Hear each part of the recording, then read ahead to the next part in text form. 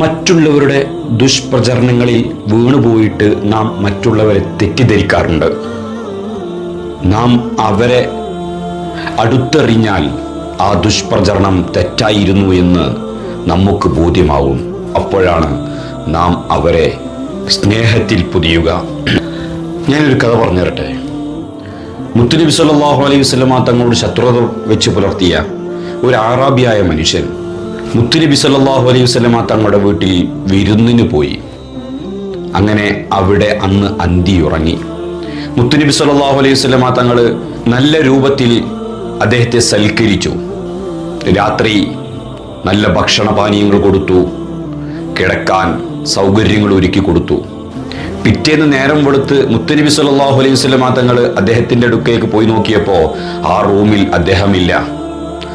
മറിച്ച് അദ്ദേഹം ചെയ്തു വെച്ച ഒരു കാര്യമുണ്ട്. അതെന്താണല്ലേ? അദ്ദേഹം അവിടെ വിരിപ്പിൽ കാഷ്ടിച്ചിരിക്കുന്നു. മുത്തുനബി സല്ലല്ലാഹു അലൈഹി വസല്ലമ തങ്ങൾ മറുത്തൊന്നും ചിന്തിക്കാതെ മുത്തുനബി തന്നെ ആ വിരിപ്പും അദ്ദേഹം മോശമാക്കിയ മുഴുവൻ സ്ഥലങ്ങളും കഴുകി വൃത്തിയാക്കി. ആ ക്ലീൻ ചെയ്യുന്ന സമയത്താണ് അതിഥിയായി വന്ന ആ മനുഷ്യൻ തിരിച്ചു വരുന്നത്. അദ്ദേഹത്തിന്റെ വാള് അവിടെ വെച്ച് മറന്നുപോയിട്ടുണ്ടായിരുന്നു. അതെടുക്കാനുള്ള വരവാണ്. മുത്തുനബി സല്ലല്ലാഹു അലൈഹി വസല്ലമ തങ്ങൾ കഴുകി വൃത്തിയാക്കുന്നത് കണ്ടുകൊണ്ടാണ് അദ്ദേഹം കയറി വരുന്നത്. മുത്തുനബി ചോദിച്ചു, എന്തേ? അപ്പൊ അദ്ദേഹം പറഞ്ഞു, ഞാൻ എൻ്റെ വാൾ ഇവിടെ വെച്ച് മറന്നുപോയിട്ടുണ്ട്. ഉടനെ മുത്തുനബി സല്ലല്ലാഹു അലൈഹി വസല്ലമ തങ്ങൾ അതെടുത്തു കൊടുത്തു. മൂപ്പർ ചെയ്ത ആ ദുഷ്പ്രവൃത്തിയെക്കുറിച്ച് ഒന്നും മുത്തുനബി ഉരിയാടിയില്ല. മുഖത്തൊരു വിഷമത്തിൻ്റെയോ ഒരു നീരസത്തിൻ്റെയോ പ്രകടനം മുത്തുനബിയുടെ മുഖത്ത് നിന്ന് വെളിവായിട്ടില്ല. ആ അറാബിക്ക് തന്നെ അത്ഭുതം. അറാബി വിചാരിച്ചിരുന്നു എന്നെ മുത്തുനബി എന്തെങ്കിലും ചെയ്യുമെന്ന്. പക്ഷേ അറാബിയുടെ ചിന്ത തെറ്റിപ്പോയി.